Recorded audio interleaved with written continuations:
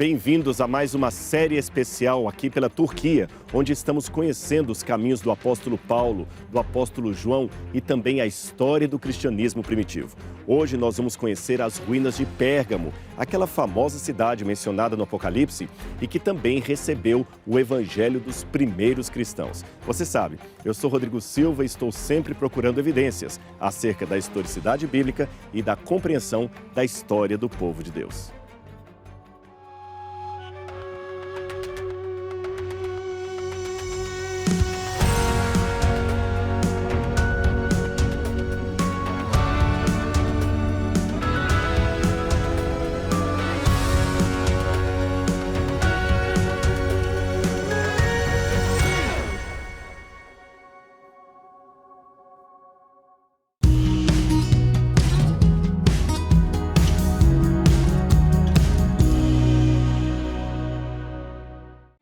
Agora nós estamos em Pérgamo e eu lembrei que essa cidade também é uma das 7 igrejas do Apocalipse.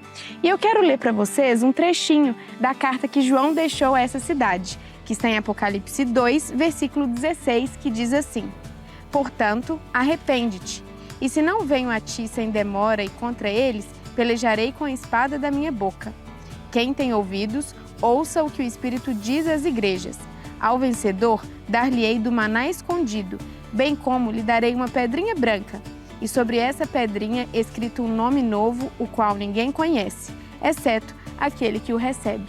Ou seja, João deixou essa mensagem para Pérgamo porque aqui era uma cidade conhecida por sua idolatria. Exatamente, essa era uma cidade muito idólatra. Então ele o convidou ao arrependimento. E sobre essa pedrinha branca que diz no verso, ninguém tem certeza sobre o que ela significava. Mas uma das hipóteses é que ela era usada como um convite VIP de entrada aos espetáculos da cidade nesse teatro, que inclusive é o teatro mais íngreme do mundo. Exatamente.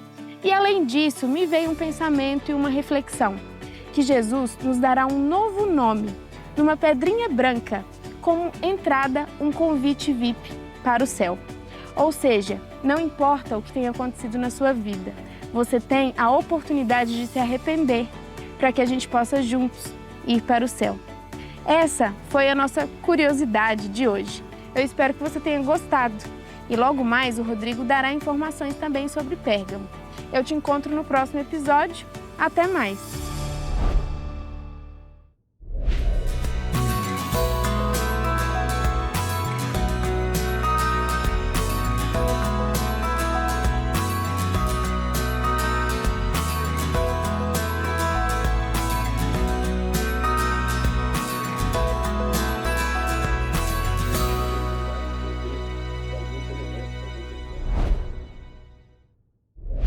Vamos então começar a nossa jornada pelas ruínas da cidade de Pérgamo.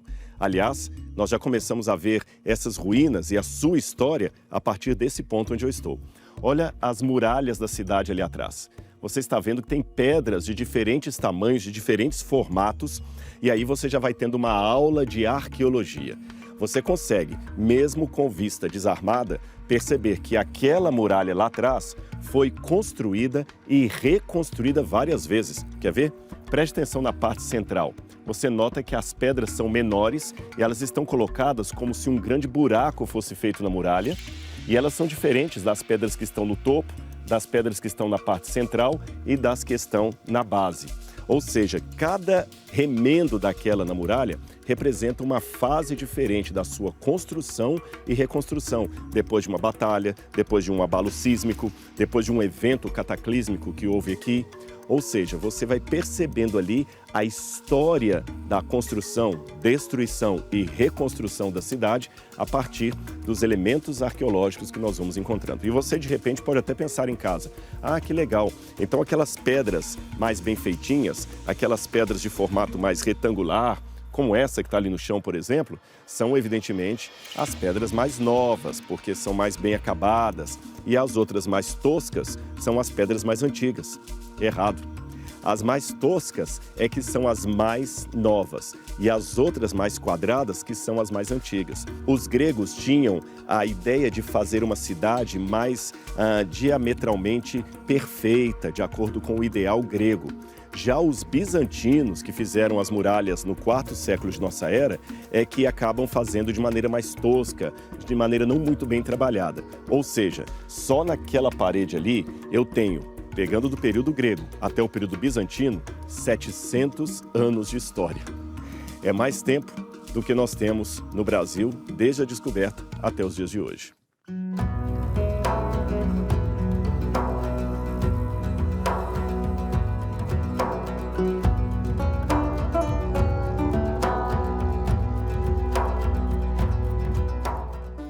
Nessa parte mais elevada da cidade ficava o Palácio Real.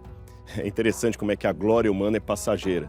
No passado, isso aqui foi uma grande sala, um lugar ao qual, para ter acesso, você tinha que passar por muitas burocracias, por muitas guardas e ter muitas autorizações reais. E hoje, o monturo de pedra. E muitos reis importantes passaram por aqui, muitos reis importantes viveram aqui ou pelo menos vieram até esse lugar. É porque, naquela época, tanto a cidade de Pérgamo como a cidade de Sardes eram as duas mais importantes cidades do reino da Lídia. E a Lídia foi um reino enorme. Poucas pessoas já ouviram falar desse império no Ocidente, porque ele dominou numa época e os nossos livros de história não falam muito sobre isso. Mas a Lídia ocupou praticamente 70% do território que hoje pertence à Turquia. Então você vê que era um reino muito grande. E a Lídia foi um poderoso reino desde 1200 a.C.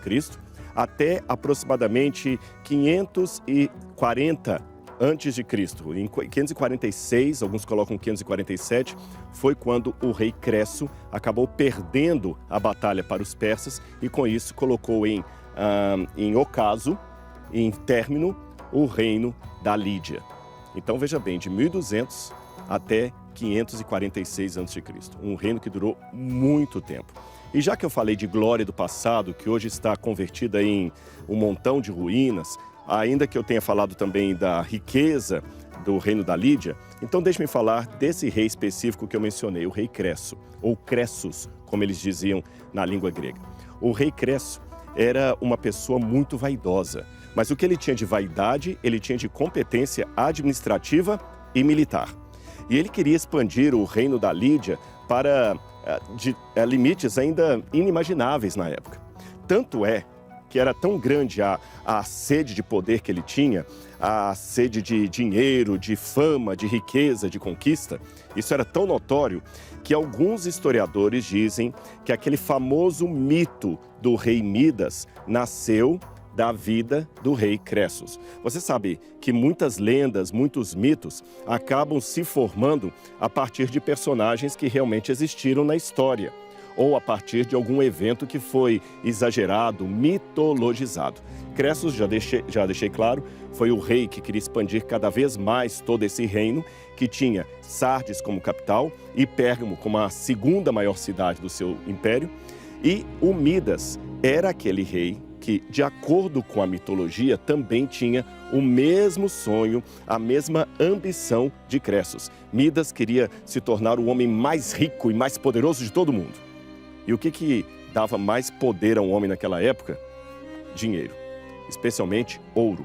Então, o rei Midas havia pedido ao deus Dioniso que pudesse lhe dar o poder de transformar em ouro qualquer coisa. E Dioniso acabou atendendo ao pedido daquele rei ambicioso, e depois que ele saiu das mãos do rei, do deus Dioniso, ele pegou uma pedra e quando tocou, a pedra se transformou em ouro. Ele ficou contente com aquilo, botou o ouro ali, pegou outro objeto, uma faca, ela se transformou em ouro. Depois pegou uma sandália, ela também se transformou em ouro. E ele ficou durante aquela manhã festejando, pulando como uma criança que está indo para o parque de diversões, feliz porque agora ele seria o homem mais poderoso, o famoso toque de Midas. O que ele colocasse a mão se converteria em ouro. Só que chegou a hora do almoço. E quando ele foi ter a sua refeição, que ele pôs a mão no prato para comer, o prato se transformou em ouro. Quando ele colocou a mão numa fruta, ela também se transformou em ouro. E como é que você vai comer uma maçã de ouro? Como é que você vai comer uma carne que, na verdade, é metal, é ouro? Ele ia beber água, tanto o copo quanto o líquido se transformavam em ouro. Assim ele não podia comer, não podia beber. E das várias versões que houve da lenda do rei Midas, uma delas dizia respeito ao fato de que ele, num desespero, acidentalmente tocou em sua própria filha e ela também se transformou em ouro. O desespero era tão grande que não bastava apenas que ele tocasse com a mão algum objeto. Até o mero contato com seus lábios transformava qualquer coisa em ouro, de modo que ele acabou morrendo de fome e inanição. Essa história a respeito do perigo da ambição rodava por todos os cantos naquele tempo antigo. E muitos pensavam que era o retrato mitológico do próprio rei Cressos. E sabe como é que ele perdeu todo esse império aqui para os persas? Por causa do oráculo de Delfos. Como é que foi essa questão do oráculo de Delfos? Você sabe, o oráculo era o lugar onde as pessoas iam para consultar uma médium a fim de que ela revelasse o futuro para as pessoas. Muitos pensam que as médiums, na verdade, entravam em transe, porque nós temos muitos desenhos desses oráculos, onde você tem a papoula, você tem narcóticos da época, plantas de efeito alucinógeno. Muitas delas acendiam uma fumaça na hora de consultar os espíritos e essa fumaça fazia com que tanto ela quanto aquele que a estava consultando entravam em transe e tinham realmente uma experiência mística naquele lugar. E quando ele foi consultar o oráculo a respeito das conquistas dele, o oráculo teria dito: fique tranquilo, se você atravessar o rio Halis, você destruirá um grande exército. E ele saiu feliz. Pegou seus soldados e foi combater os persas atravessando o rio Halis. E perdeu vergonhosamente a batalha. Algumas fontes dizem que ele morreu ali mesmo no campo de batalha. Outras dizem que ele acabou voltando humilhado e se converteu num rei vassalo dos persas. E quando foram reclamar com o oráculo porque a profecia não se cumpriu, disseram: não, nós falamos com o rei o que iria acontecer e foi exatamente o que iria acontecer, mas ele ouviu de acordo com sua ambição. Nós dissemos que se ele atravessasse o rio Halis, ele destruiria um grande exército, o exército dele. Mas o seu orgulho e a sua vaidade o fez pensar que o exército que ele iria destruir era do outro, era dos persas. São histórias que nós vamos aprendendo e que fizeram parte da cultura de pessoas que viram essa cidade aqui em seu momento mais glorioso. Agora, uma lição que podemos tirar disso é: as glórias desse mundo realmente são passageiras. E se Cristo demorar 1000 anos para voltar, não creio que haverá isso, mas se fosse o caso de Jesus demorar 1000 anos para voltar, quem sabe os nossos celulares, computadores, tênis famosos, caros, bolsas, tudo virará resquício de história e ruínas para os arqueólogos do futuro. Pense nisso.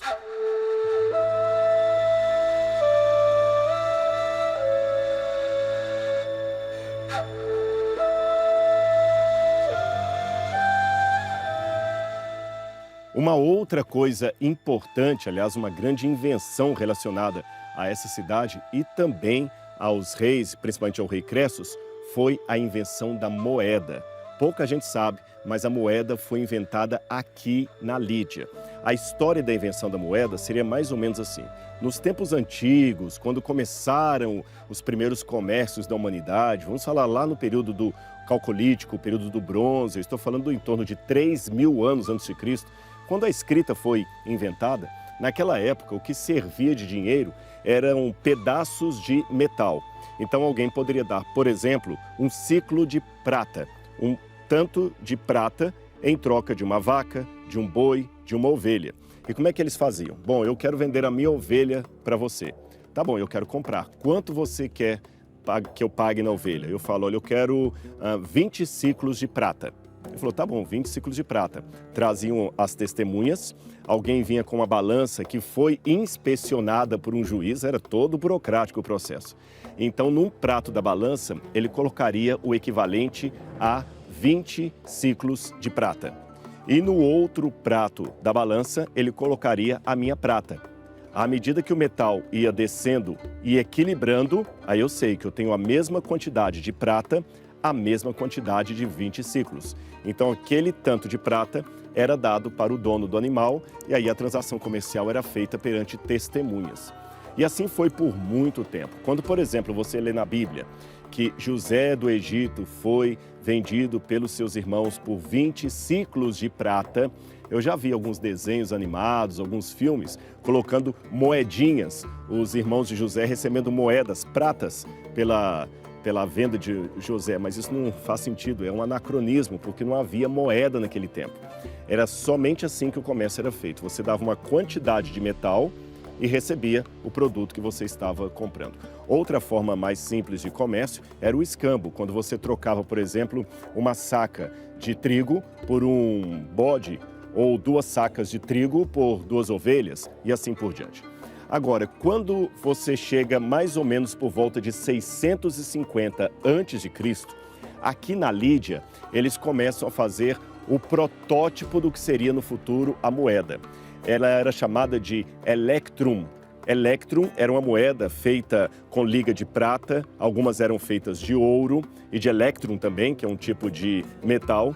E essa moeda, ela tinha um leão de um lado, até os especialistas em numismática a chamam de moeda bago de feijão, porque ela parece realmente um feijãozinho assim. E vale muito dinheiro uma moeda dessa. Então essa moeda começou a servir de dinheiro. E como é que era o processo? Bom, eles faziam assim, o rei tinha estocado no reino dele muitas toneladas de ouro. Então essa moeda era uma espécie de cheque que o rei estava dando que aquele ouro do qual a moeda era feita, ou aquela prata, era de procedência porque vinha do próprio tesouro do rei. Você percebeu? Aí, com o passar do tempo, esse protótipo de moeda foi sendo aperfeiçoado até sair moedas mais ou menos como esta. É lógico que a câmera está muito longe, vocês não vão conseguir ver, mas essa aqui é uma réplica das primeiras moedas que foram cunhadas aqui, depois do Electrum, na época do rei Cressus. Ele mandou fazer essas moedas e ele colocava o próprio rosto dele na moeda para dar ainda um valor ainda mais importante para a moeda, um valor significativo. O próprio rei garantia o valor venal daquele produto. E as pessoas agora gostaram muito da invenção da moeda, porque isso eu estou falando do 6º século a.C., ou seja, recentemente, se você for olhar, 2.550 anos aproximadamente é o tempo que nós temos da invenção da moeda. É evidentemente que depois, no futuro, vieram outras formas de dinheiro, como o dinheiro em papel, o talão de cheque, o cartão de crédito, e agora já anunciam a chegada da moeda virtual, já se fala em criptomoeda. E você sabe que esta é uma revolução no comércio da atualidade, pois a invenção da moeda no passado também foi uma revolução, porque agora os comerciantes podiam viajar para longas distâncias e não precisavam levar quilos e mais quilos de prata, ouro ou bronze, porque aquela moeda já representava aquele mesmo valor que estava guardado lá nos cofres do rei, que tinha o seu nome nesse pedacinho de metal.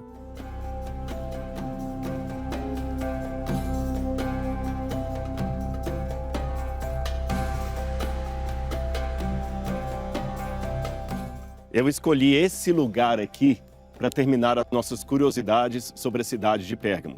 Esse teatro que você está vendo aqui é considerado o teatro romano mais íngreme do mundo.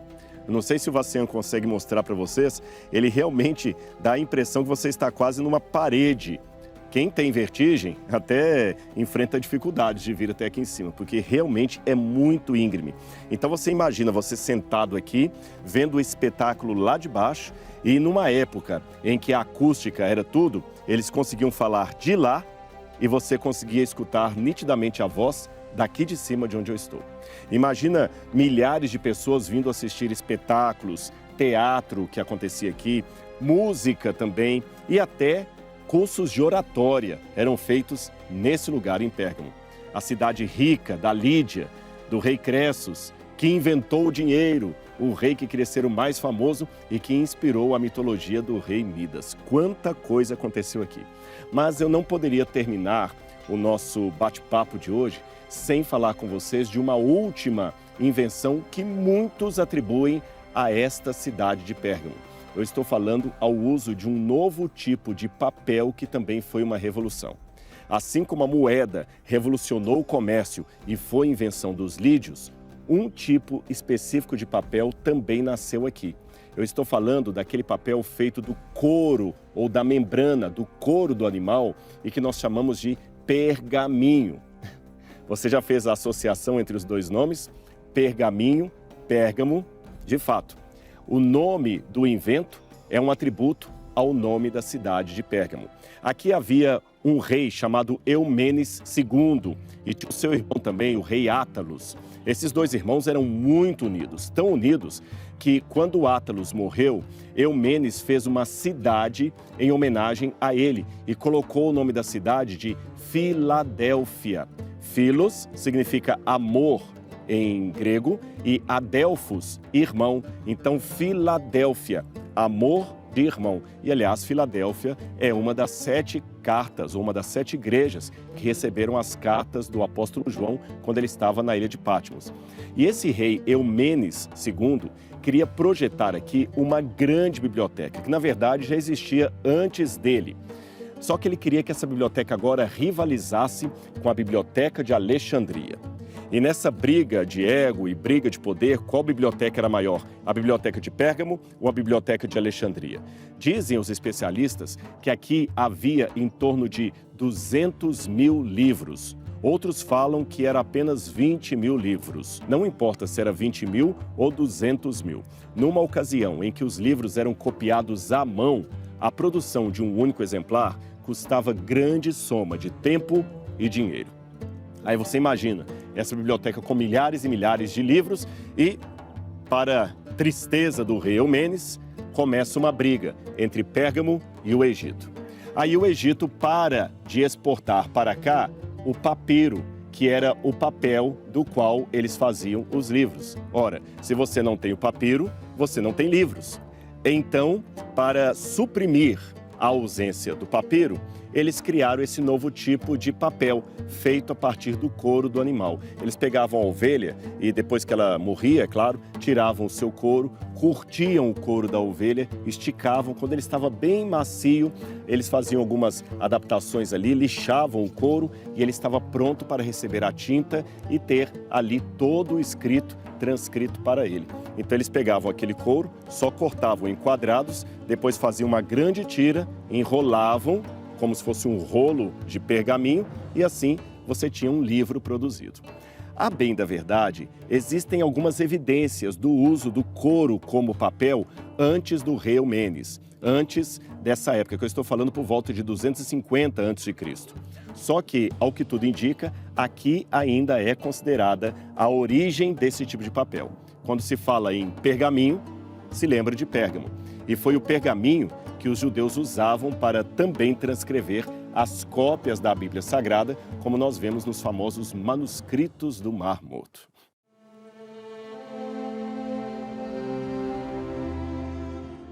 Muita e muita história do passado. E para finalizar esse nosso bate-papo sobre Pérgamo, eu queria lembrar, ou pelo menos meditar, sobre 2 elementos básicos. Um deles foi aquilo que a Laura falou quando ela fez menção à carta de João no Apocalipse, à cidade de Pérgamo, na qual Jesus fala: eu darei ao vencedor uma pedrinha branca com um novo nome escrito, e aquele nome ninguém conhece senão aquele que o recebe. E a Laura deve ter explicado para vocês muito bem essa curiosidade aí. Nós não sabemos ao certo qual o sentido desse nome na pedrinha branca. Mas alguns comentaristas já levantaram a forte possibilidade que esta menção tenha algo a ver com esse teatro onde eu estou e que o apóstolo João certamente conheceu.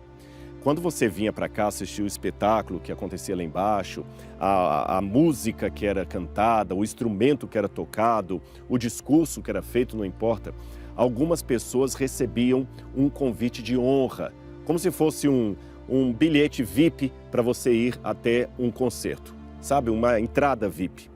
E esse bilhete vinha em forma de uma pedrinha, geralmente de mármore, e nela você tinha o nome da pessoa escrito e um carimbo oficial do rei. E aquele bilhete era intransferível. Quem recebia aquilo ali sabia que ele estava como convidado de honra. Então ele entregava ou mostrava a pedrinha branca e isto permitia não apenas que ele entrasse aqui no estádio sem pagar, no teatro melhor dizendo, sem pagar, e ainda se assentasse num tribunal, numa tribuna de honra. Seria esta a ideia que Jesus queria dar para os cristãos? Talvez sim, talvez não, mas é fascinante saber que nós entraremos no céu de graça, mas não gratuitamente. O que eu quero dizer?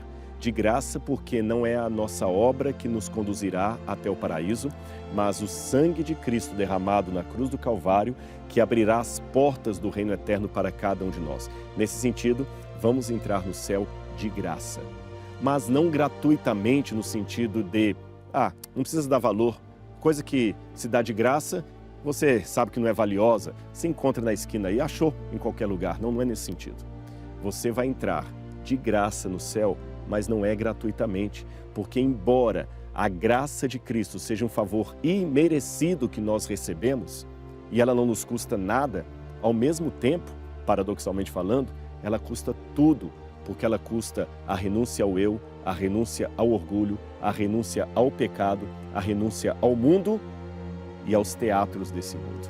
Só assim nós teremos o convite especial de Deus para estarmos na galeria dos heróis da fé, daqueles mencionados em Hebreus capítulo 11, e isto será maravilhoso.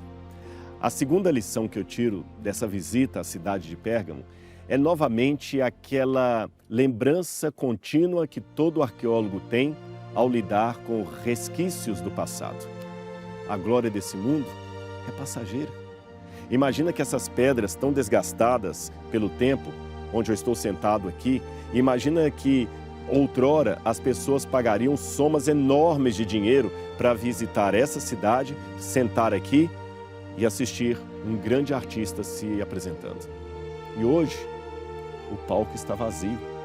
O tablado não existe mais, muito menos a parede que dava acústica e fazia a voz do ator chegar até os últimos bancos, até as últimas fileiras. Ainda é bonito, ainda tira o fôlego você vê ruínas tão bem montadas de um passado que não existe mais. E eu, como arqueólogo, fico fascinado por cada pedaço de pedra. Mas eu não perdi o senso de saber que são apenas ruínas. Tudo nesse mundo passa. Portanto, a nossa glória, a nossa esperança deve estar naquele reino que jamais virará resquício arqueológico para ninguém, porque, conforme a promessa bíblica, será um reino que nunca passará.